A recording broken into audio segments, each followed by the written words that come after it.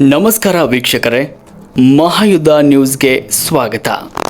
ರಾಯಚೂರು ಜಿಲ್ಲೆಗೆ ಹೊರ ಜಿಲ್ಲೆಯ ಡಾಕ್ಟರ್ ಅಜಯ್ ಸಿಂಗ್ ಅವರಿಗೆ ಉಸ್ತುವಾರಿ ನೀಡಿದ್ದನ್ನು ಖಂಡಿಸಿ ದಲಿತ ಮತ್ತು ಪ್ರಗತಿಪರ ಸಂಘಟನೆಗಳ ಒಕ್ಕೂಟ ರಾಯಚೂರು ಜಿಲ್ಲಾ ನಾಗರಿಕರ ಸಮಿತಿ ಮುಖಂಡರು ಸಚಿವ ಡಾಕ್ಟರ್ ಅಜಯ್ ಸಿಂಗ್ ಅವರನ್ನ ಘೇರಾವ್ ಹಾಕಲು ಯತ್ನಿಸಿದಾಗ ಪೊಲೀಸರು ಬಂಧಿಸಿರುವ ಘಟನೆ ಶನಿವಾರ ನಡೆದಿದೆ. ನಗರದ ಡಾಕ್ಟರ್ ಬಿಆರ್ ಅಂಬೇಡ್ಕರ್ ವೃತ್ತದಲ್ಲಿ ಪ್ರತಿಭಟನೆ ನಡೆಸಿ go back Ajay Singh go back ಅಂತ ಘೋಷಣೆ ಕೂಗಿ ಆಕ್ರೋಶ ವ್ಯಕ್ತಪಡಿಸಿದರು. ಜಿಲ್ಲೆಯ ಶಾಸಕರನ್ನ ಸಚಿವ ಸ್ಥಾನ ನೀಡದೆ ಸರ್ಕಾರ ಅನ್ಯಾಯ ಮಾಡಿದೆ, ಹೊರ ಜಿಲ್ಲೆಯ ಸಚಿವರನ್ನ ಧ್ವಜಾರೋಹಣ ನೆರವೇರಿಸಲು ಬಿಡೋದಿಲ್ಲ ಅಂತ ಪಟ್ಟು ಹಿಡಿದರು. ಜಿಲ್ಲಾ ಕ್ರೀಡಾಂಗಣಕ್ಕೆ ಸಚಿವರು ಬರುವ ಮುನ್ನವೇ ಡಾಕ್ಟರ್ ವೃತ್ತದಲ್ಲಿ ಪ್ರತಿಭಟನಾಕಾರರನ್ನ ಪೊಲೀಸರು ತಡೆದು ವಾಹನದಲ್ಲಿ ಪ್ರತಿಭಟನಾಕಾರರನ್ನ ಕರೆದೊಯ್ದರು. ಹಿರಿಯ ಹೋರಾಟಗಾರ ವಕೀಲ ಎಸ್ ಮಾರೆಪ್ಪ, ರವೀಂದ್ರನಾಥ ಪಟ್ಟಿ, ಅಶೋಕ್ ಕುಮಾರ್, ಸಿ.ಕೆ. ಜೈನ್, ವಿಶ್ವನಾಥ್ ಪಟ್ಟಿ, ಅಂಬ್ರೇಗೌಡ ಪಾಟೀಲ್, ನರಸಪ್ಪ ಮತ್ತಿತರರು ಉಪಸ್ಥಿತರಿದ್ದರು. ವರದಿ Veerannagowda, ಗಾರಲದಿನಿ, Raichur. Ajay Singh go back! Ajay Singh go back! Go back!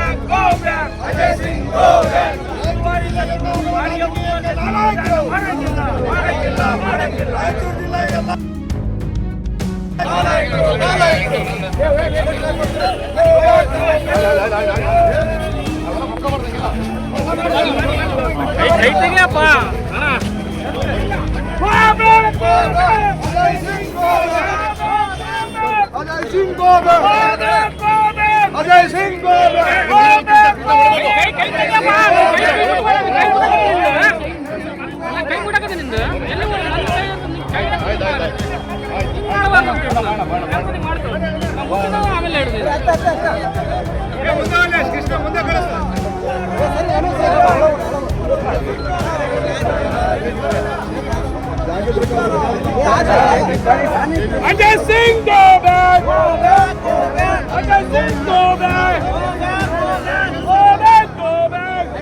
go back! ಮಾಳಿಗೆ ಮಂತ್ರಿಗಳು ಧ್ವಜಾರೋಹಣ ಮಾಡಂಗಿಲ್ಲ. ಧ್ವಜಾರೋಹಣ ಮಾಡಬೇಕು.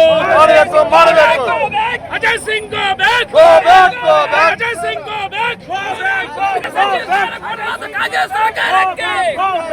ಕಾಂಗ್ರೆಸ್ ಸರ್ಕಾರಕ್ಕೆ! ಕಾಂಗ್ರೆಸ್ ಸರ್ಕಾರಕ್ಕೆ!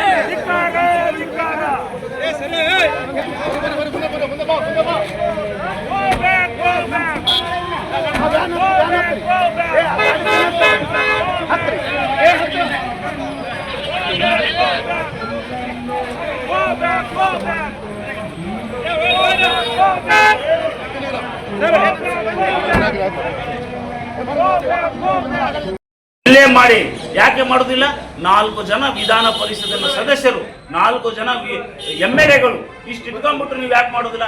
ನಮ್ಮಿಂದ ಬೇರ್ಪಟ್ಟ ಜಿಲ್ಲೆ ಕೊಪ್ಪಳಿಗೆ 3 MLAಗಳಲ್ಲಿ 2 ಉಸ್ತುವಾರಿಗಳು ಕೊಡ್ತೀರಾ ಅಂದ್ರೆ ಯಾವ ಅನ್ಯಾಯ ಸಹಿಸುವುದಿಲ್ಲ. 2026ರಿಂದ 2016ರಿಂದ ನಿರಂತರವಾಗಿ 20 ವರ್ಷಗಳಿಂದ ಅನ್ಯಾಯ ನಡೀತಾ ಇದೆ.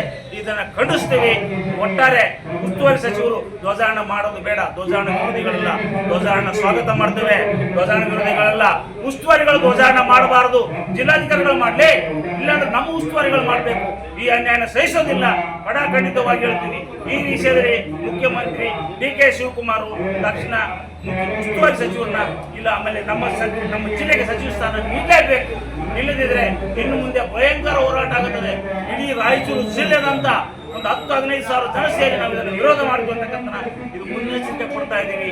ಈ ವಿಷಯದಲ್ಲಿ ಡಿ.ಕೆ. ಶಿವಕುಮಾರ್ಗೆ ಈ ಧಿಕ್ಕಾರ ಅಂತಕ್ಕಂಥ ಹೇಳ್ತಕ್ಕಂಥ ಈ ಸಂದರ್ಭ ಹೇಳ್ತಾ ಇದ್ದೀವಿ. ಇವತ್ತೇನ್ ಮಾಡಕ್ ಬಂದಿರಿ? ಇವತ್ತು ಉಸ್ತುವಾರಿ ಸಚಿವರಿಗೆ ಗೋ ಬ್ಯಾಕ್, ನೀವು ಧ್ವಜಾರೋಹಣ ಮಾಡೋಂಗಿಲ್ಲ.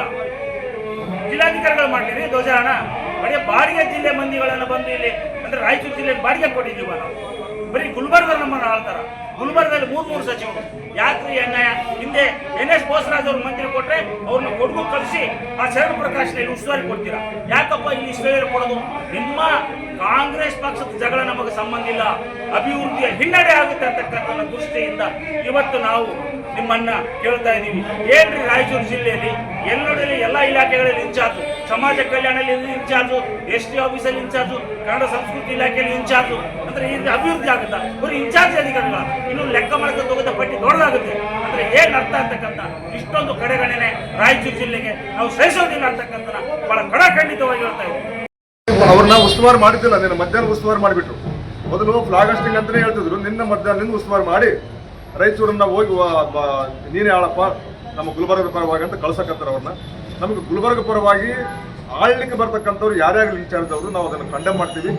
ರಾಜ್ಯ ಸರ್ಕಾರಕ್ಕೆ ಕೂಡ ಗೊತ್ತಾಗಬೇಕಿದು, ನಾಚಿಕೆಲ್ಲಾರ್ದಂಥ ರಾಜ್ಯ ಸರ್ಕಾರ. 4 ಮಂದಿ MLAಗಳಿದ್ರು ಕೂಡ ಒಬ್ಬರು ಕೂಡ ಕೊಳ್ಳಾರ್ದಂಥವ್ರು. ಇಲ್ಲಿರ್ತಕ್ಕಂಥ ನಮ್ಮ ಲಾಲಚ್ಚು ನಮ್ಮ MLAಗಳು ಗುಲಾಮರು ಇವರು. ನೀವು ಇವರು ದಯವಿಟ್ಟು ನನಗೆ ಅನಿಸದ, ನೀವು ನಿಮ್ಮ ಮನೆಗಳಲ್ಲಿ ಹೋಗಿ ಸೇರ್ಕೊಂಡ್ಬಿಡ್ರಪ್ಪ, ಜನರಿಗೆ ಬಿಡ್ರಿ, ಪಾಪ ಅವ್ರು ಬದುಕ್ತಾರೆ.